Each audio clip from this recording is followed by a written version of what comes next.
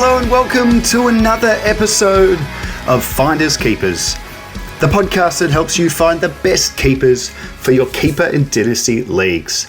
I'm your host Jordox, and round 4 of the AFL season was thankfully the last bye-affected fantasy round until round 12.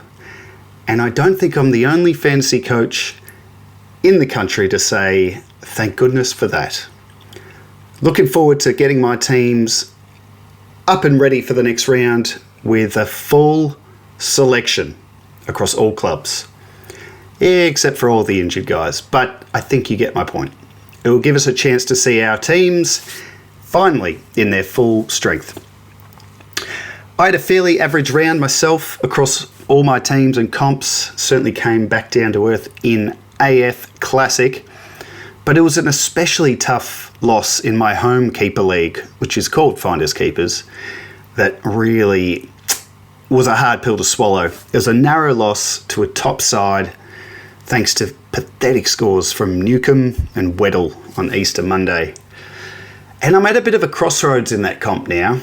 It's too early to write off the season, but I think I'm at 1-3 now. And with injuries to Hayden Young, Hugh McCluggage, Dan Curtin, now Ed Richards, geez, my midfield is looking cooked. So it's going to be an interesting couple of weeks for me there. If I start to focus on next year, or do I try and salvage? Anyway, on to the episode this week. I will run through my waivers from last week, look at some names for this week. Then I'll take a look back at the things I noticed across the round, and then I'll finish with a question from a listener who's looking for some help on a Tim English replacement. So it should be a short and sharp, maybe a little bit shiny episode this week, a little bit behind schedule just with the challenging nature of juggling a podcast and family life when the final game of the round is on a Monday arvo. Anyhow, I've got it done now. Well, I'm doing it now, so let's get into it. So let's have a look at my waiver pickups from last week and see how I went. I went with 3 regular ones and 3 for deeper leagues. In the regular ones, the first one I did was Luke Trainer, who I think would have been pretty popular. He was at 63% ownership in Keeper and Dynasty leagues across the Keeper fantasy platform. That shot up to 87%, and he scored 62 in what I think was a pretty similar role to his wonderful game the week before, so I think owners should be fairly pleased with that. Number 2, Tommy Sparrow was 50% owned this time last week. He's up to 78% and he scored a 102, and it was a fantastic second half once again from him. I'll go into detail around how he got to that score a bit later. Number 3 was Oscar Allen, who was also 50% owned. The new Lion starting to get up and about. His ownership only went up to 52%. He scored 65, but certainly passed the eye test for anyone watching the game. Yes, Logan Morris was the one getting all the points, but Oscar Allen's just warming up. So I think those who grabbed him should be pretty pleased. The 3 names I had for the deeper section, first one was Oscar Steen. I was pretty excited from this guy's debut last week for Collingwood in the ruck there. He was at 28% ownership. He's up to 48% and scored 46. Not the score I think we were hoping for. His time on ground was pretty low. And yes, he's probably not going to be one that you can field too easily at the minute, but I do love him for the future. Number 2 was Cooper Trembath for North. He was at 14% owned, and he's only gone up to 15%. And I should actually mention that these ownership numbers are before the 12 o'clock Tuesday waivers ticked over. So Trembath up to 15%, but I was pretty stoked with this. He scored a 93. I thought he might have a bit more time in the ruck with Cherry out, and he did. Kicked another 3 goals, and he's incredible. So he's played 7 career games now, Trembath, and in 5 of them, he's kicked 3 goals. It's a pretty good strike rate. Number 3, I had Jake Lever, who was 10% owned a week ago, up to 23%. And he did pretty much what I thought. Scored a 74, playing a fairly handy role in the absence of Stephen May, who would usually do most of the scoring in that role. And yeah, I think Lever's going to be pretty good, pretty fieldable as, your D5. On to this week. So I did tweet these out Tuesday morning because there are some leagues who would have continued with the 12 o'clock on a Tuesday waiver time. Others probably pushed it to the Wednesday, probably the better way to do it. And of course, that's the beautiful thing about the Keeper Fantasy platform. You do have the ability, or your commissioner does, to make those sorts of changes. So I went with the top 5 this week, and I've sort of included deeper leagues, regular leagues all together. And I'll just run through those 5 now. But anyone who follows the Finders Keepers page on X, at FindKeepAFL, you would have gotten these 5 names before lunchtime on the Tuesday. At number 1, I've got Will Graham for Gold Coast. His ownership was 41% before Tuesday, and yeah, he scored a 78. I sort of thought there'd be a bit of a spike in his CBAs, just with obviously Petrarcas injured, Humphrey suspended. And yeah, they gave Graham much more of a go on the ball, and he scored pretty well with his 78. So with forward status, still a fairly young man. I know there's a lot of players vying for a midfield spot at the Suns, but he's in there at the minute. Petrarca's at least 1 more week away. Humphrey's got a couple more weeks, and they dropped Alex Davies as well. So it looks like Graham's got that spot for now. Number 2, I had Sam Butler, who kind of pops up a few times a year as an option. He's at 52% owned. He's got the forward mid status. I just liked his score, the 77, with a bit of a bump in CBAs because Cam McKenzie was out. So he went in there, but he also played a bit of a run with role on Bailey Smith and did all right in the end. So 77 for Butler. Number 3 is interesting. Jordan Boyd, defender status for Carlton, came in for his first game of the year, played off half-back. There's still no Zach Williams back there, and even though Nick Newman made a good return, Boyd scored 87. Took 6 kick-ins, the most for Carlton, and he's only 3% owned. 3%, so we've all forgotten about him. Can score in the role, and I think he gets another go, and we'll see him Thursday night against the Crows. Number 4, Heath Chapman. Very vanilla, boring pick. And yeah, just 43% owned. He's now put up 70-plus scores 3 weeks in a row. And I just think that's enough for you to grab him, plug him into that back line, and just see if he can get more freedom and become more of a fantasy scorer. Because I think we all kind of know he's got it in him. It just hasn't really put it together. And then lastly, a bit of trepidation talking about Jack Bowes. Just the amount of times this guy has burnt me in the past. So 39% owned, came in for Easter Monday, first game of the year, scored a 73, kicked a couple of goals, but had 52% CBAs. So definitely playing a midfield half-forward role. A couple of things about that. Obviously, forward status, not, for the upcoming DPP, but down the track would be a chance. And then the second bit is, James Warple can't get in. They've just given Jai Clark a run in the twos. I reckon they'll stick with that for a few weeks. Could be a chance for Bowes to finally establish himself in the 23 at Geelong, and hopefully in a good fantasy scoring role. All right, let's get into the things I noticed across round 4, and it did all start back on Easter Thursday with Brisbane and Collingwood in their traditional Easter clash. Now, really, the big story out of this game was in the 10-15 minutes before the bounce when Nick Dacos failed a fitness test and was ruled out of the game. So out he went. I think it was Ed Allen who came in. So this is a huge out for the Pies, and who knows how the game would have looked if he played, but Brisbane were just far too good throughout the night. And someone that really looked good didn't put up a big score, but it's the best he's looked in a Brisbane outfit, and that's Sammy Draper. Scored 69, not, huge numbers, but after back-to-back 40s, I was starting to wonder, but I was really hot on Draper in the off-season. I really felt like he could come in and have a big impact. But coming off that Achilles injury and then a foot stress fracture really did slow him down.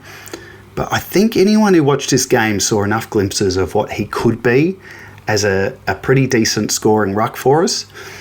And I think, this was the first game I think he had slightly more ruck contests than Darcy Fort. So slowly but surely, if he stays fit, Draper, he's going to overtake Fort. And, if he can keep forward status into next year, that would be a bonus. But I think he's going to develop into a pretty good scoring ruck. A couple other names for Brisbane. Bruce Reville, he scored a 78 to go with his 80 last week, and he looks to have locked down a spot on the wing.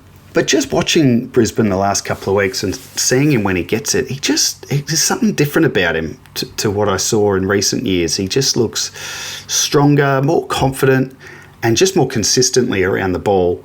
And trying to work out what value he adds in the fantasy game. I mean, scoring an 80 off a wing is pretty good. I just don't know if he's going to be consistent. I don't know where he goes. He's just on my radar at the moment, Revel. The next guy, Logan Morris, hard to believe he's only 20 years old, this guy, and he's really benefiting from the added height that Oscar Allen's arrival brings. Not just height, but attention. And Morris is just, what a game this was. He scored 103. He was up the ground, taking marks all over the place, looking like a dominant forward. For Collingwood, Nick Dacos out meant there was more mid-time for his brother Josh Dacos. Didn't really convert it into fantasy scoring. If anything, it probably slowed his scoring, Josh, because he scored a 78, which pretty sure is his lowest of the year. Collingwood, in general, didn't have much in fantasy sense. There wasn't many scores. And Oscar Steen, I mentioned him in the waivers segment from last week, 46 from only 53% time on ground.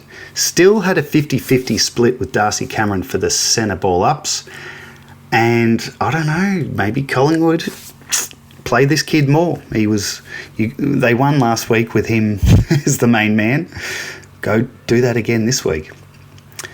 On to Good Friday, and didn't we have a good couple of battles there? North and Carlton was the first one, the afternoon game, and it was just horrific to watch for Carlton fans as it all unravelled again for them.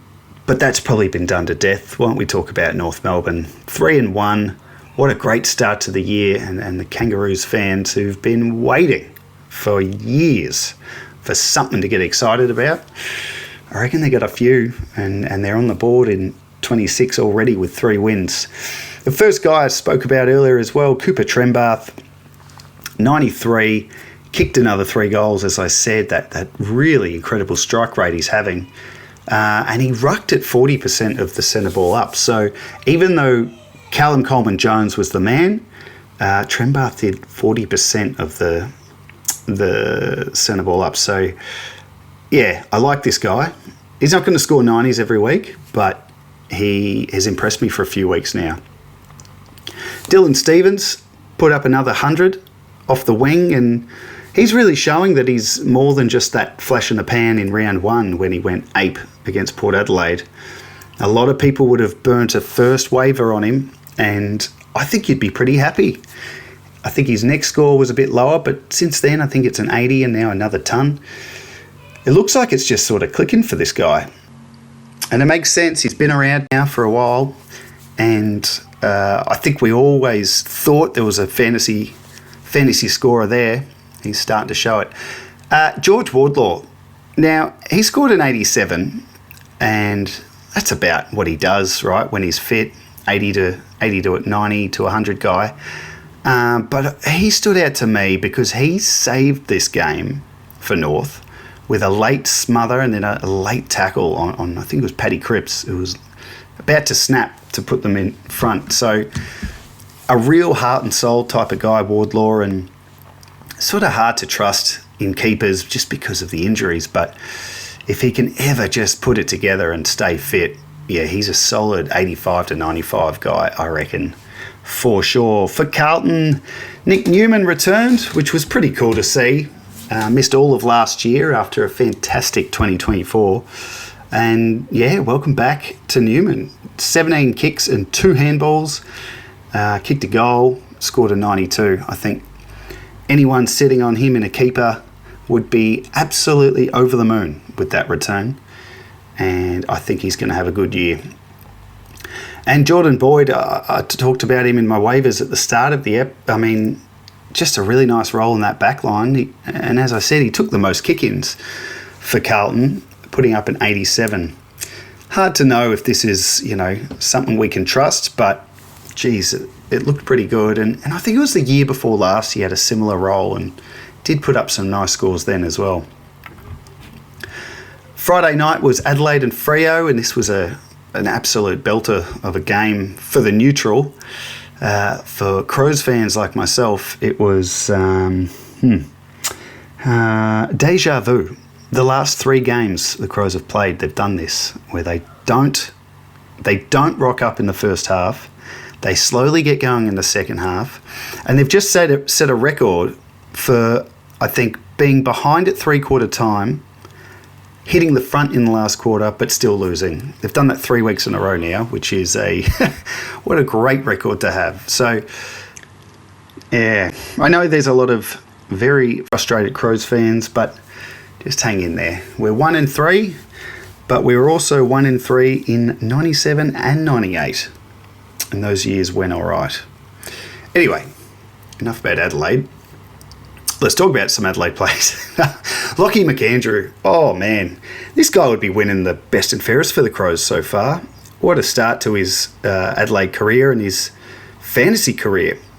So all the talk leading into this game was about the fact that Adelaide were going to bring Riley O'Brien back in to share the ruck role with McAndrew.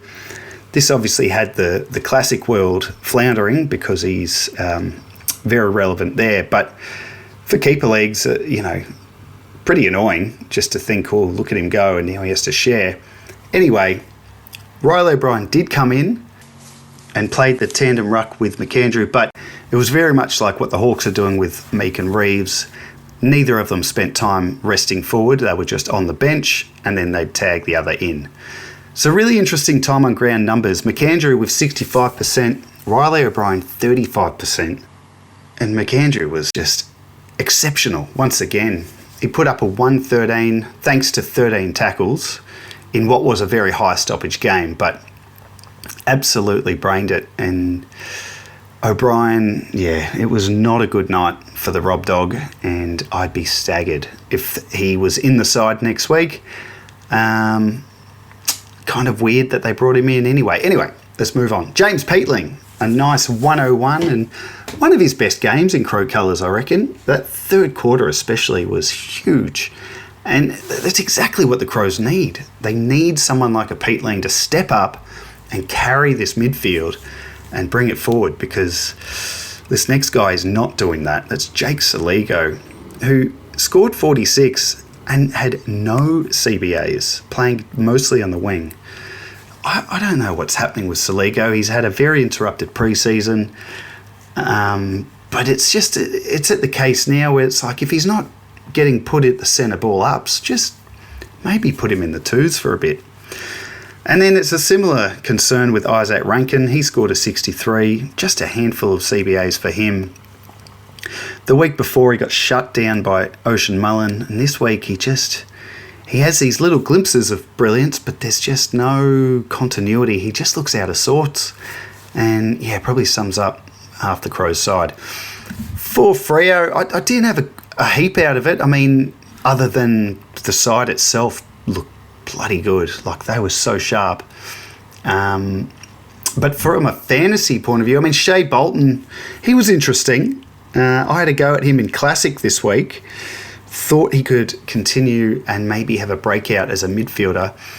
Now, he maintained the high CBA role, but just with less impact and only 1 mark and 1 tackle. So he only scored 66, but I think he can bounce back and put up a better score moving forward. And then Murphy Reid, who put on a clinic in the preseason game against the Crows, did it again. A 91 he scored in a high half-forward midfield role, 26 touches, 5 tackles, just continues to impress. So the 2 Good Friday games, absolute classics, both of them going down to the wire. The 2 Easter Saturday games, not as much. It started with Richmond Port at the G in the Arvo, or was it Twilight? Arvo or Twilight? Late Saturday Arvo, I think. Pretty scrappy game. I don't think there was too much to get excited about, but yeah, really kind of hard to find anything for Richmond.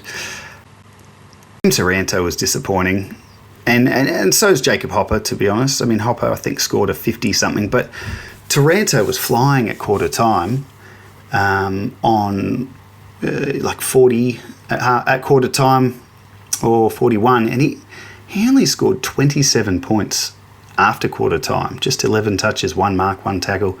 So finished on 68 for the game, and it's just, you'd be so frustrated if you owned him. And I guess this is just the challenge of playing and having players for Richmond and I guess West Coast to an extent as well, where even the stars are really going to struggle some weeks.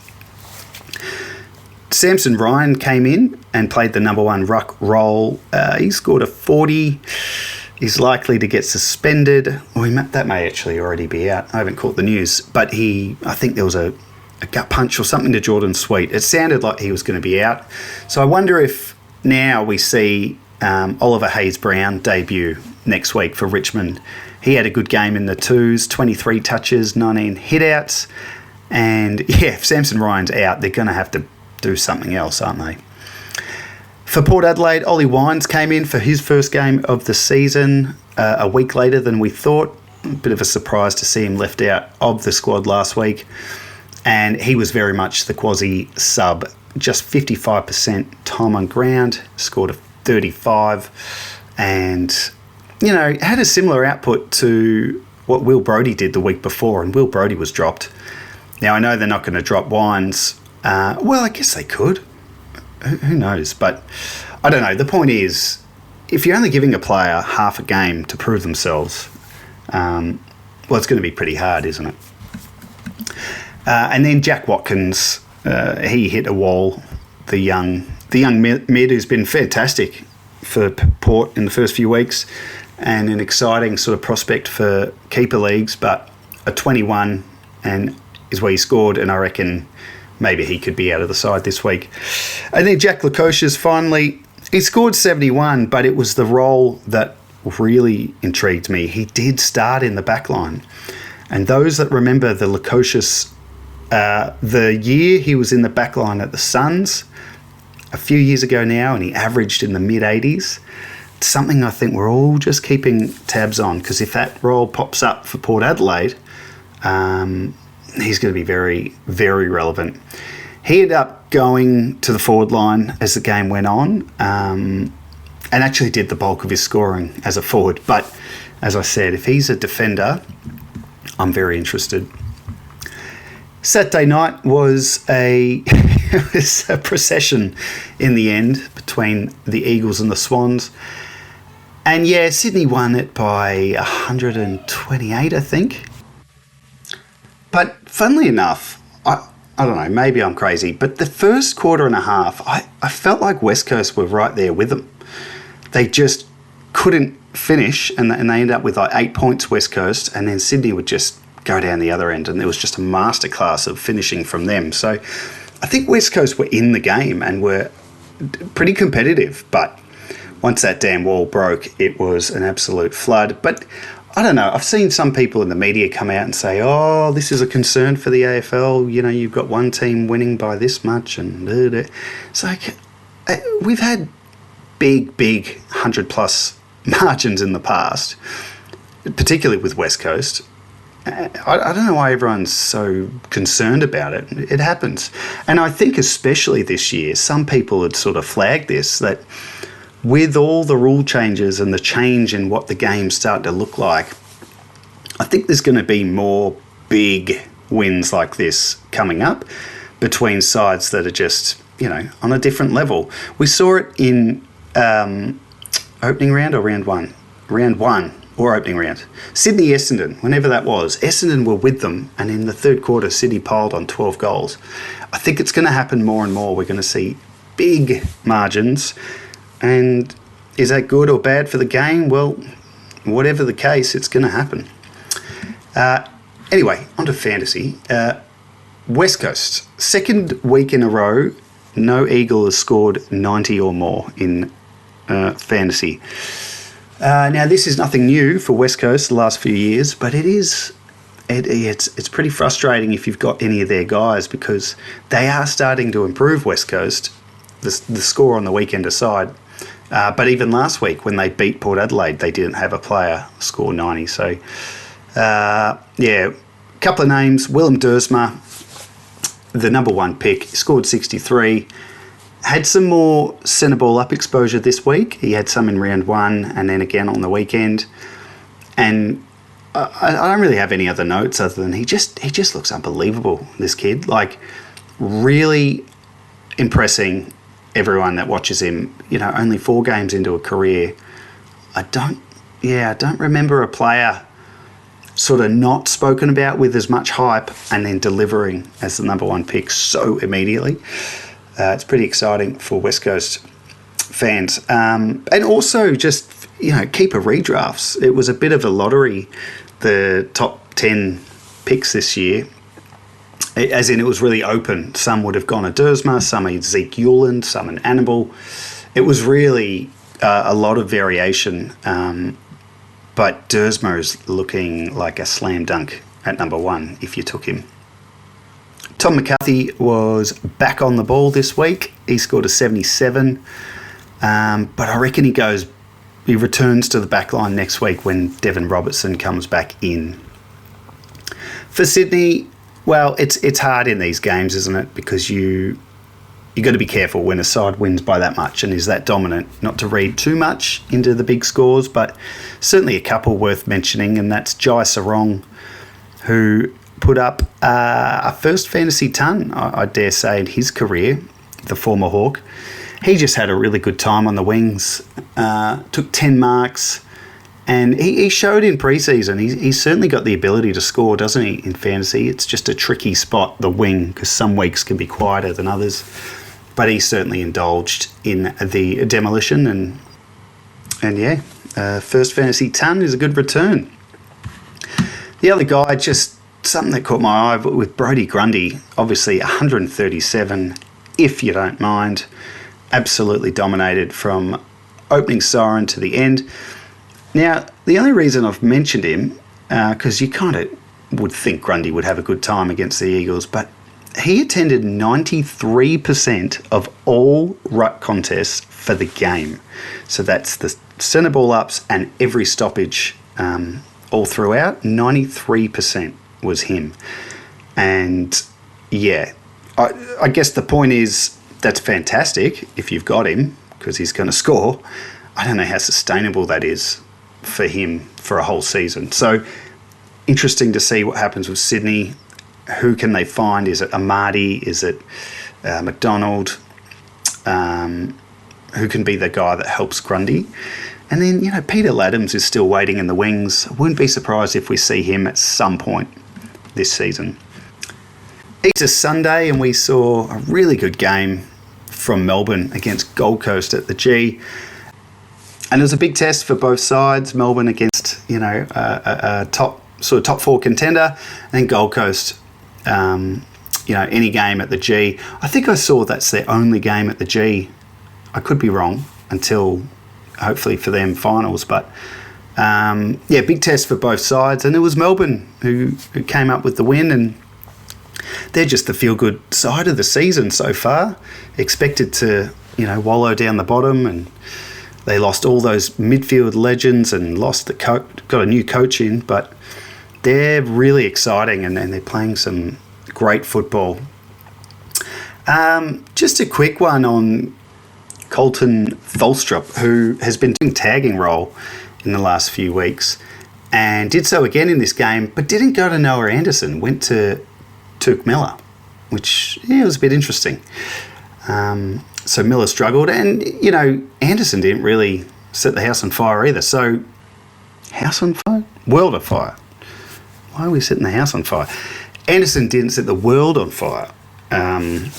So just an interesting look at opposition sides, who to tag and what could happen there. Also for Melbourne, Tommy Sparrow got a good mention in my waivers at the start. Pretty pumped with this effort. I talked about it last week, how he's a guy that's sort of teased in the past with extra midfield time. Could this be the year? And round one, he scored 30-something. But since then, he's gone 80 and then 2 tons. And it was very similar to his effort last week against Carlton in that he wasn't doing much in the first half and then he just exploded in the second half. He had a 76-point second half this week after a 72-point second half last week. And he laid 8 tackles in the last quarter alone. 10 for the day. 10 tackles, so I'm not expecting him to do that every week, and back-to-back tons is probably not something you'll expect to see, but with forward status, if he can just keep going around the 80 mark, he's a fantastic guy to have.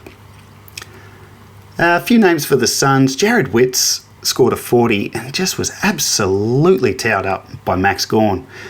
Now, there's no shame in that. He's not the first or last player to get a lesson from Big Gawny, but it was a surprise. I thought Witts would be a little bit more of a challenge for Gawn, and I just wonder if this means Gold Coast start to have a look at things in terms of, do they bring in a Ned Moyle to help Witts?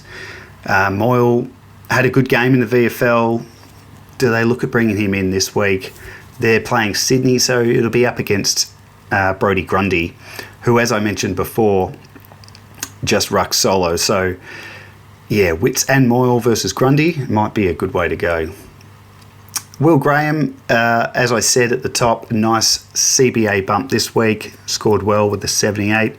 Will Power continues his great midfield role and scoring. He had 89.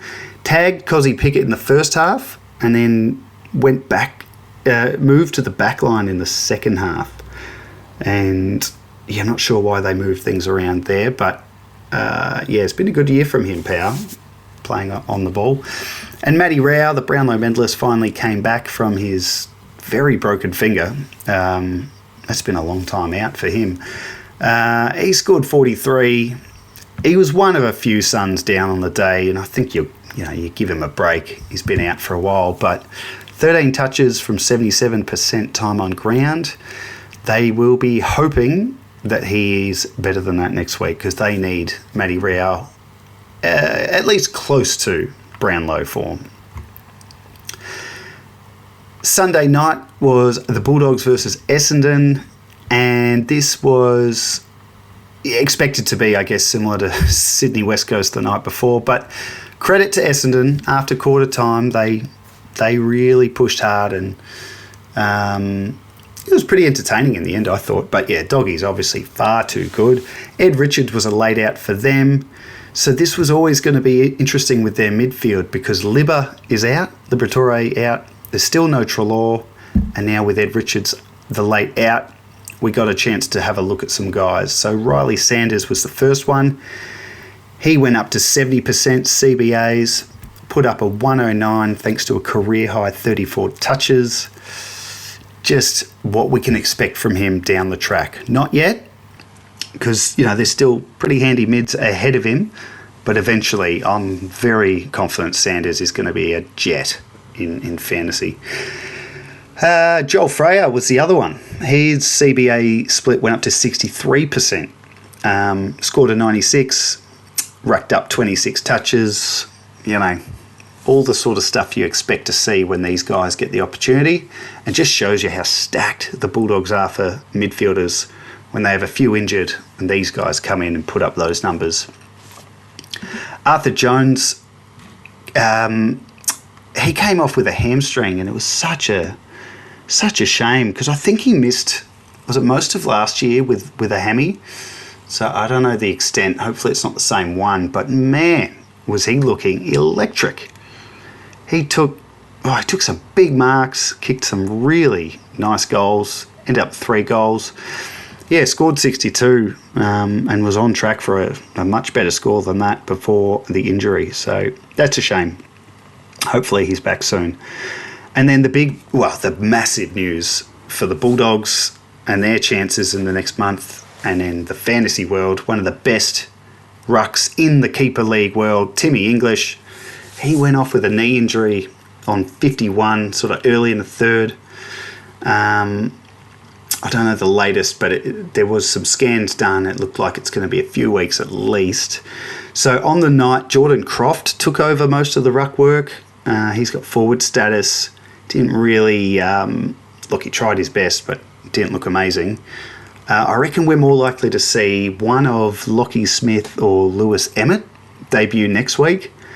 They're the 2 rucks they had in the VFL. I think Lockie Smith was preferred, so probably more likely see him come in for next week. And they've got to work it out because they play Hawthorn. So Lloyd Meek and Reeves, they could feast. For the Bombers, Peter Wright, he scored a 71, but interesting, when English went down, instead of leaving that ruck roll to Blackiston, they actually put Peter Wright in there and sent Blackiston to the back line. Yeah, I don't know. That's interesting that they wanted to go with that. Yeah, maybe Blackiston needs a bit of a break. So, yeah, I don't know. Peter Wright's interesting to me if he's rucking.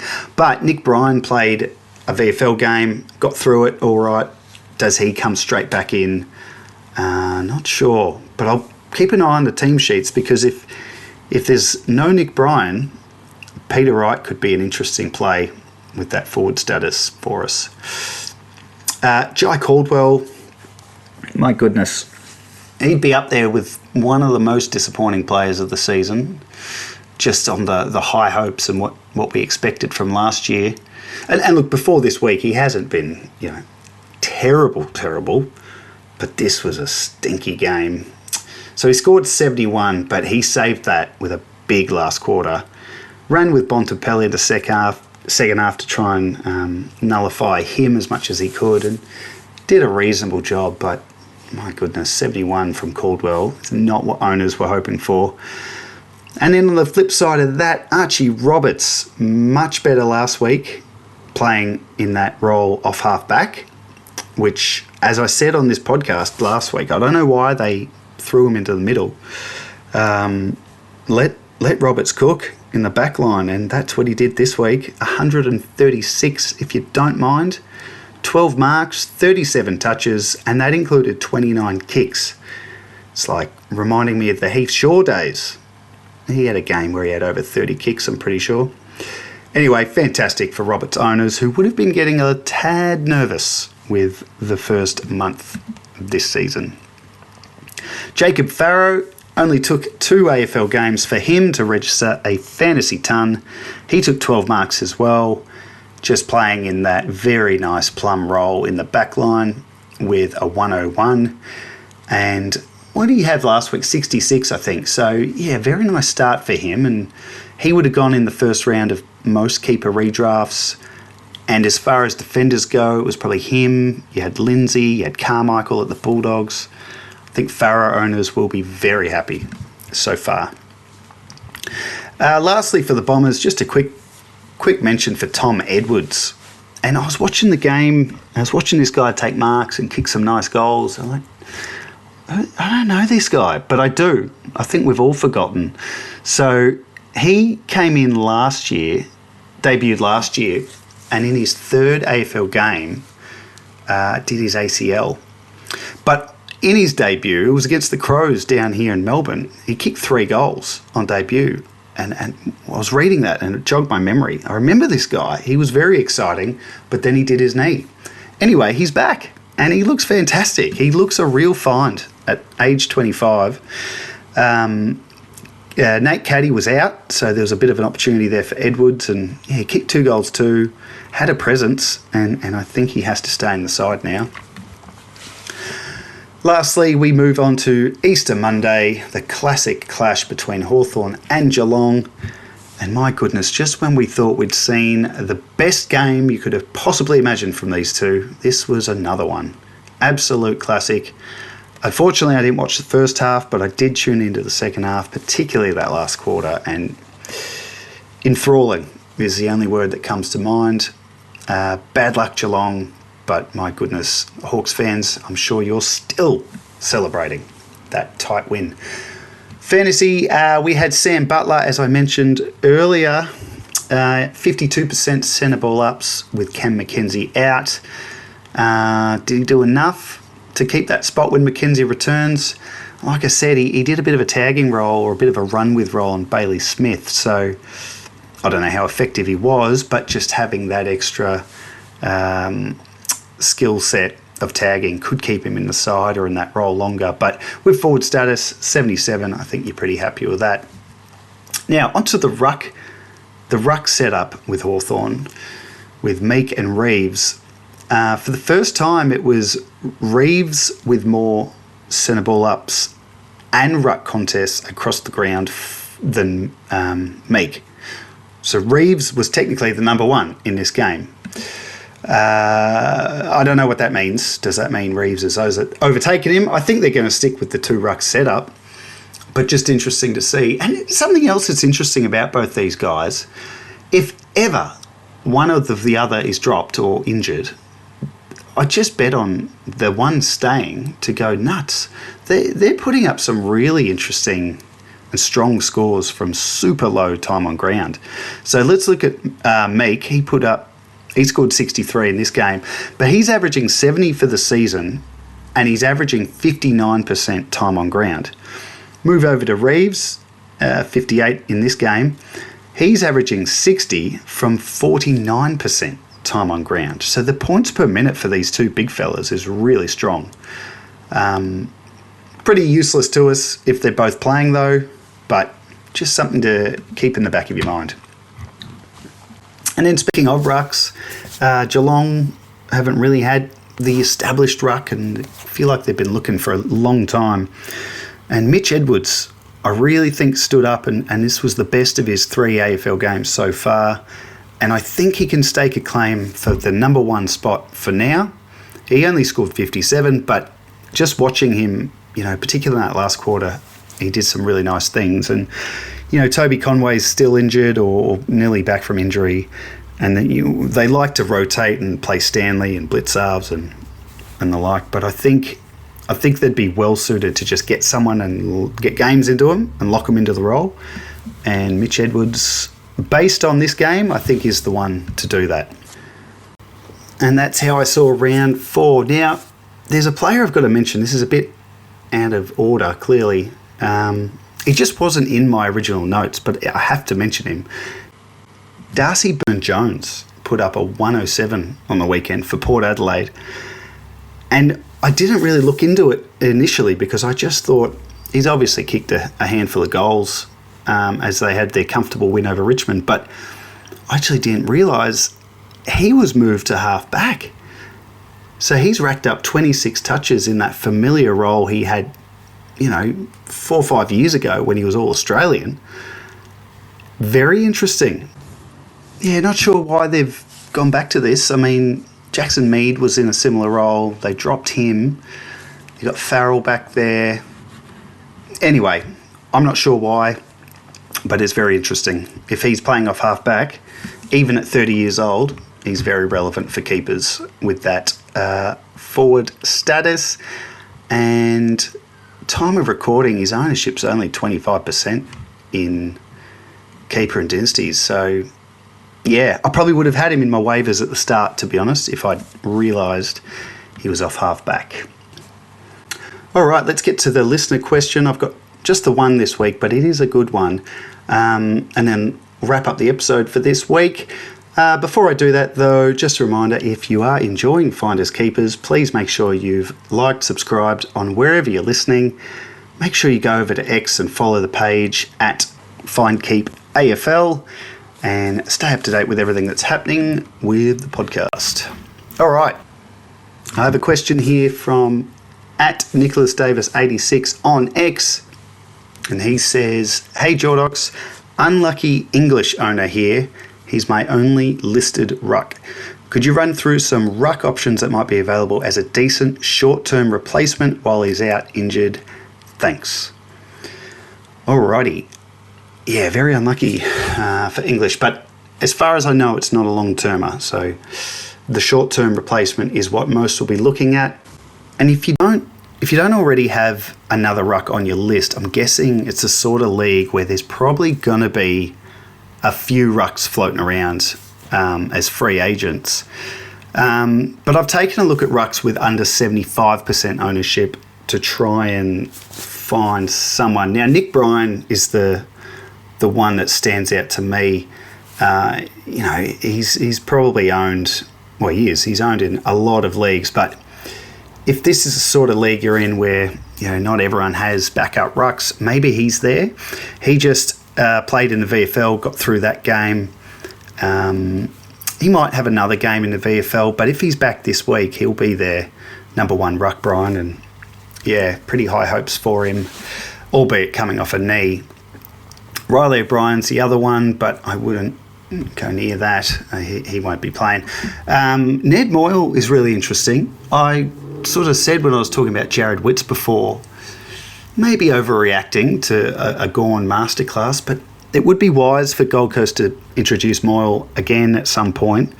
He had little bits and pieces last year, but I reckon he had a good game in the twos, Moyle. So keep an eye on team sheets there. See if he comes in. You've got Darcy Fort. I think he's probably the one. I mean, if you're just looking for someone for a few weeks, pick up Darcy Fort. He'll probably score a 60 or 70 for you. And looking at the next few weeks, this week will be good for him. Playing North Melbourne, they obviously won't have Sherry back.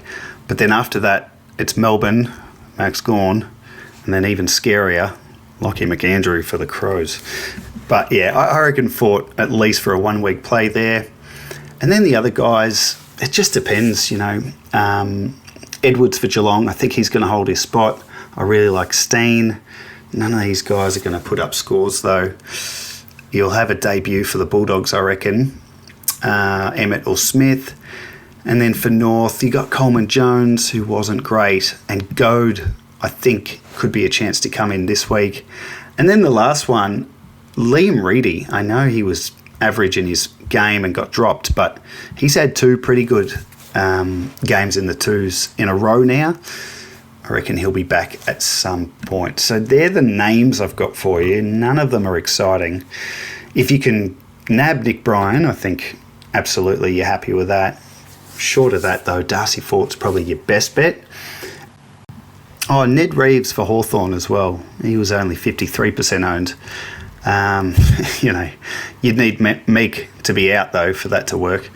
So it's pretty slim pickings. The other option, obviously, Nico, would be to try and get a trade done.